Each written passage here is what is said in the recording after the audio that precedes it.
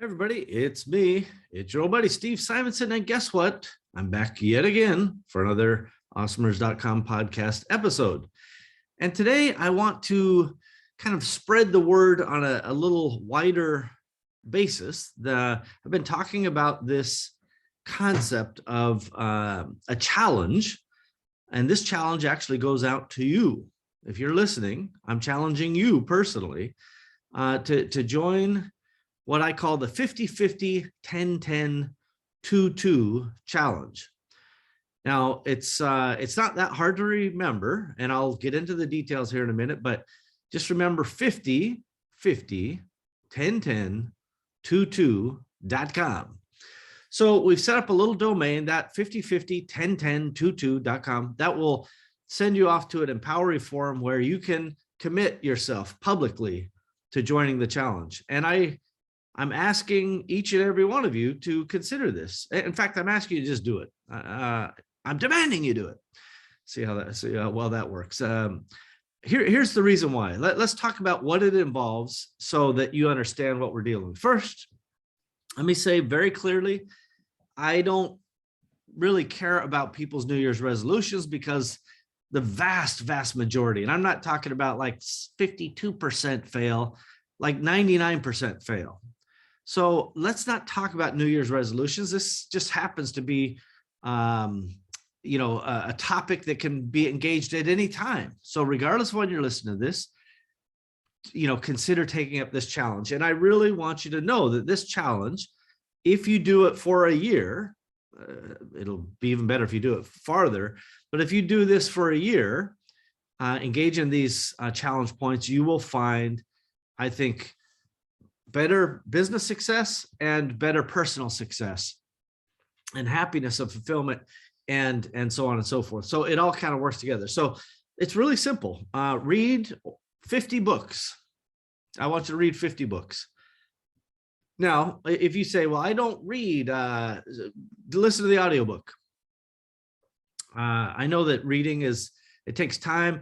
I like relaxing and listening to audiobooks, for example, when I'm driving or when I'm flying. So audiobooks can be just as good. And if you're like, well, that seems like a lot of work, I would just say, suck it up, cupcake, and do it. I do want you guys to know that the consumption of knowledge, in fact, it's not the consumption, it's the acquisition of knowledge that goes into your brain. And that is what turns into intellectual equity, right? You want to talk about your personal balance sheet. What if you increase the personal equity, the intellectual equity that you hold in your personal balance sheet? So let's get on board with that. Now, again, if you're consuming podcasts on a regular basis and you commit to a particular podcast for a long duration of time that would be the equivalent of reading a book, fine. I'm fine with that. And I just want you to think about the consumption and therefore the acquisition of knowledge. Please know that the best performers on planet Earth are those who consume knowledge, right? That's, well, I don't know any other way to say it. That's how it works. I also want you to meet 50 other sellers. So if you're an Amazon FBA seller, meet 50 other sellers. If you're a CPA, I want you to meet 50 other accounting type people in your field. If you're a pilot, meet 50 other aviation oriented people, if not pilots. And I want you to meet them in person, by the way. This is not just some Zoom meeting that you randomly ran into. I want you to meet 50 of them in person. And then I want you to do one thing to help each of them, just one thing. And it doesn't have to be, some grand gesture. It can be just one little thing that made their day or their life just a hair better. Maybe it's as simple as, I bought the guy or the gal dinner, or I was able to pass on this tip about this or that was, I would say on balance, they should consider positive, right? If you're trolling them, that's not doing something for them that's helping them. My point here is, if you find and meet 50 people, and again, there's actually no time limit to this. If you can do all of this in a month, which I am suspect of, great. But whatever pace you do all of these challenges in, it's up to you. I would say that I'm giving you about a year's worth of activity. If you do this over the course of a year, that's a reasonable, if not aggressive pace.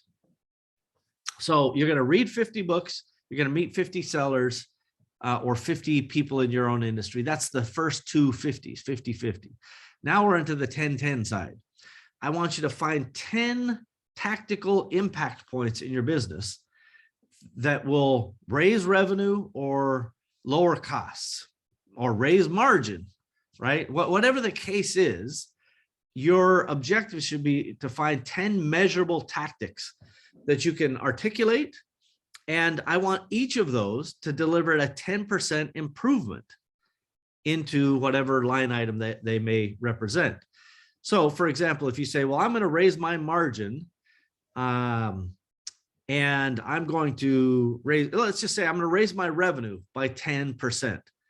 That's one of those impact tactics. I'm going to raise my margin by 10%. That's another impact tactic. And I'm going to cut my shipping costs by 10%. That's your third impact tactic. These are, again, examples that I'm just coming up with as examples. They don't have to be what you're doing. 10 of those impact tactics. And then I want you to do those 10 times. I was just like, where am I going with this? Well, it's 10 and 10. So that's what I want you to do. So 10% improvement, 10 tactics.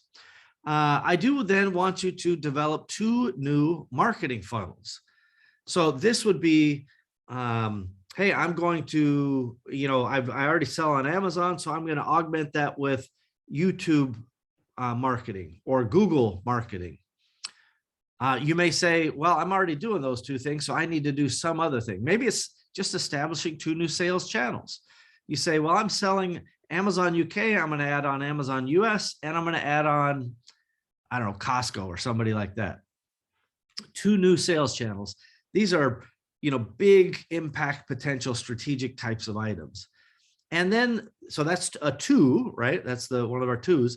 The last 2 is I want you to add 2 people to your probably non-existent board of advisors.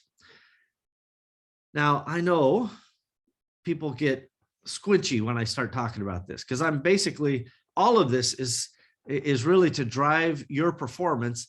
And by joining the challenge in a public way, it increases your accountability, right?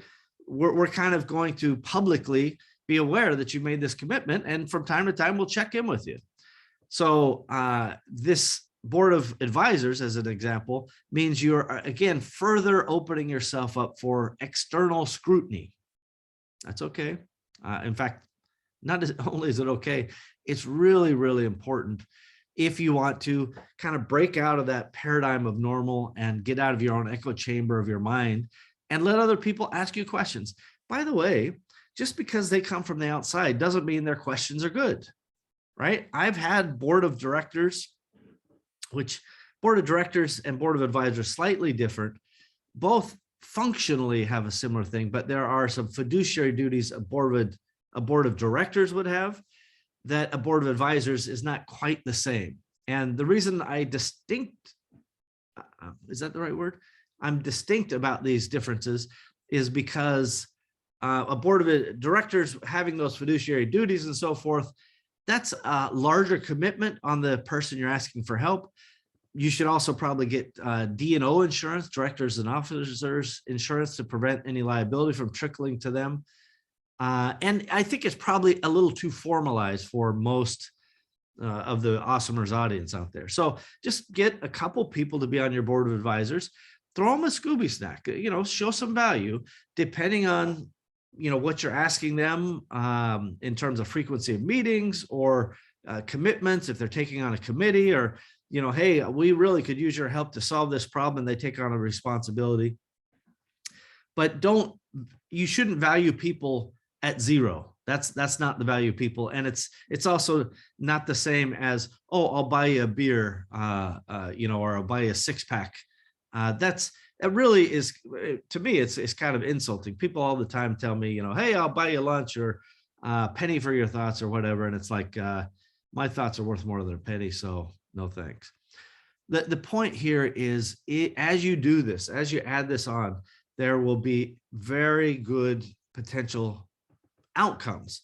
Some stuff you go, no, I'm the operator. This is not good for me. And other stuff you go, I didn't think of that. This has been a challenge. I'm going to take their advice. I've had both a board of directors and board of advisors, and I've had really, really smart people who have, raised $1 billion. People have done hundreds of millions, and they were not always as good as I was. And I was only doing tens of millions of dollars at the time. And good is the wrong word. They were not always as plugged into the business as I was. They were, their instincts about, what we should do next, or what some of the activities should be focused on, were not as good as the operator of the business. And by the way, they never will be. That's not their fault. It's up to you as the operator to know when is your instinct and when is your experience and your gut feel and blah, blah, blah. When is that worth following? And then when should you put it on the shelf? Because maybe you just haven't thought it all the way through. And my biggest failures have come when I put my instincts on the shelf. So you may be wondering, well, why would you tell me, Steve, if these people don't know anything and you're always right, why should you listen to anybody from the outside? And I'm telling you, because the net benefit, the net gain that you have from listening to external people is highly additive, right? In this challenge, 50/50, 10/10, 2/2.com, I'm asking you guys to consume knowledge, right? You're putting knowledge in your head. Now you're developing relationships. You're tactically having ideas, and then you're measuring those ideas. You're then going to strategically deploy new sales channels to build the top line. And you're going to have kind of a couple, at least, outside people to help, let's just say, keep you within the realm of reason. Sometimes we get grandiose ideas in our head, and sometimes it's timing, sometimes it's lack of knowledge on what we should do. And I'm not even saying that they're going to correct you. I'm just saying they can be additive to you. You just have to take my word for it. I wouldn't steer you wrong. And to my, I literally have been asked, in the past year to be on, 15 or 20 companies' boards in one capacity or another. And there are some people that I actually want to help out, initials TR and the like. But I just, right at this moment, I can't do it. I will have with Catalyst88.com, we're going to put one of my old programs back into action this year called the Chairman Circle. And this is where I will actually look at companies. They'll go through an application process. And if they're approved, I will become either on their board or the chairman of their board. And we will go through a growth type of concept or program that we've used in the past. But to do that, there's some money involved. They have to pay, and there's some equity involved, right? Because my time's valuable. And my whole point is, I love entrepreneurs, and especially the people who are, getting the job done, and they're taking the commitments, and their brains are just so full of energy and life. And I want to help them the most. I just have to be very judicious with my time. So I want to just kind of review and recap this whole scenario with you. And by the way, this is a wacky little background I'm using today. If the video effects are a little choppy, forgive me, I'm just trying out something new. But for the audio, you can't really tell what's happening. So it doesn't matter. So read 50 books, right? Whichever way you got to do it. Meet 50 new people in your industry, 50 new Amazon sellers, or 50 new accountants, or 50 new finance people, whatever it is. Find 10 tactics that can have a 10% impact, and develop 2 new marketing funnels or sales channels, and then add 2 people to that likely non-existent board of advisors that you currently have. If you do this, I promise I promise that it will have a positive impact on your business. You got to give it time. Let's just say we check in a year from now. If you do all of these things, there's no possible way your business will not improve. And there's no possible way your life will not be more fulfilling. It's just not possible. And that's, part of the thing that I'm trying to pass on to you. It's kind of like a secret of what you should take into consideration. This type of concept, these ideas are obvious in some ways, but they're not always practiced. And that's why I'm sharing those with you today. So I hope that you find this value. This is really, really important. By the way, 5050101022.com. Now that's going to take you over to an Empowery.com forum. As you know, Empowery is a nonprofit, member-owned cooperative, and each of you should go in and start a discussion in that forum and basically make the commitment to join. I'm going to start pushing this for the next few months. And, I want to get at least, 20 or 50 or 100 of you that have the guts to put in that you're going to take up the challenge. I know a lot of people are listening and we see lots and lots of downloads on every episode. But I know that not everybody will step up and be publicly accountable, but that's actually part of the magic here. I'm taking extra efforts. I'm going to participate in that group from time to time, sharing books and sharing, best practices and sharing some of the things that I'm doing. And I really want you to do the same. So this is a great chance for us all to kind of help each other and hold each other accountable. So that's it for me, everybody. Thank you for listening, Awesomers. I hope you subscribe, click, share, save, review, etc. What all the kids say. That really actually does help us get greater awareness out in the world. And this challenge in particular, I want you guys to take it, be accountable, and share it because it's something that can change your business and change your life. Thanks, everybody. We'll see you next time. Bye-bye.